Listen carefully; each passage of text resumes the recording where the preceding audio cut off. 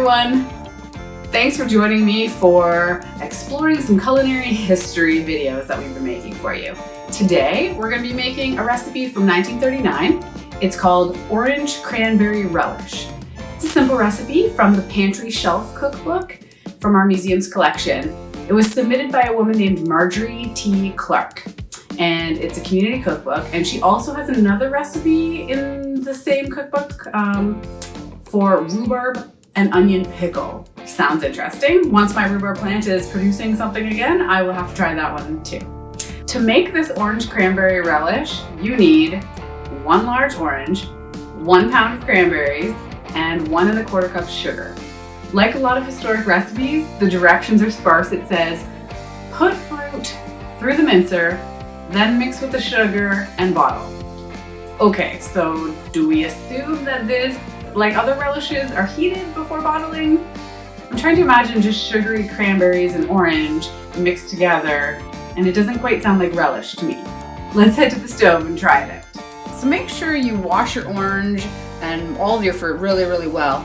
Citrus fruits sometimes can have waxy coatings, and you're gonna wanna wash it really well.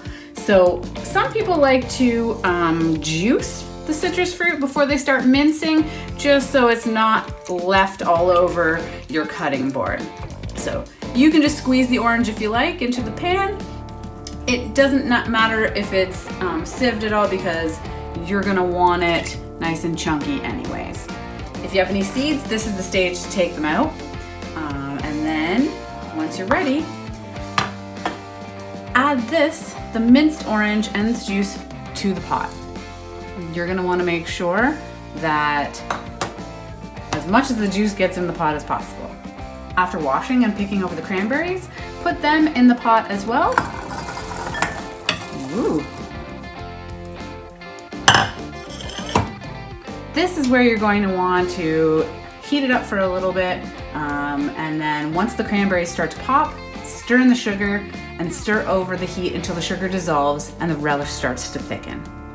Here is the completed orange cranberry relish after it's been cooking for a little while, with the sugar all stirred in as well too. You see I've used a potato masher to crush some of the skins of the cranberries just to move it along, make sure it all is pretty evenly consistent. So after it appears to have reached this sort of thickened gel stage, then you want to take the orange cranberry relish off the stove and ladle it immediately into sterilized jars. So if you want to keep it in the fridge, that's great. You can use it right away. You don't really need to seal it, but if you wanted to keep it for later use, then definitely go ahead and use your favorite canning method to seal a few of those jars up. I ended up with 3 half-pint jars, so 3 250 milliliter jars left of our recipes.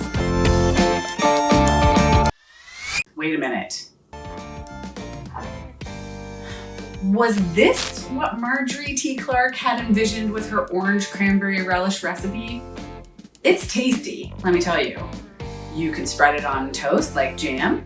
You can spread it on a turkey sandwich or any type of sandwich. You can use it as a glaze on meat or vegetable roasts even. But is this relish?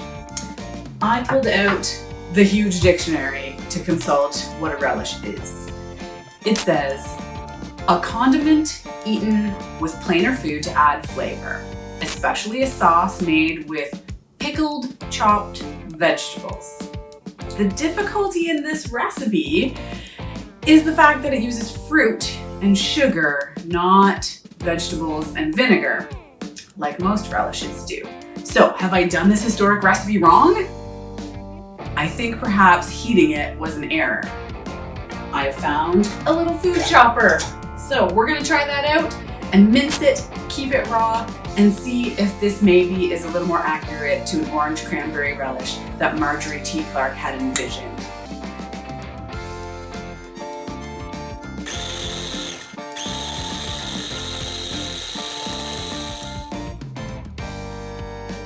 Let's add them to a bowl.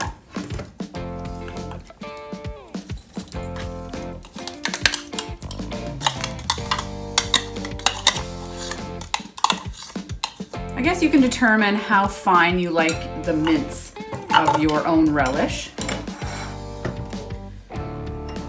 Some of the juice that I squeezed out earlier, I'm going to add back in.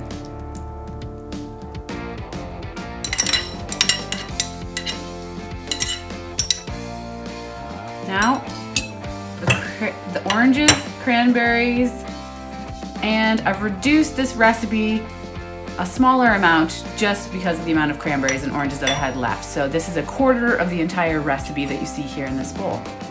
So let's mix in the sugar, that's the required amount, and see what this relish turns into.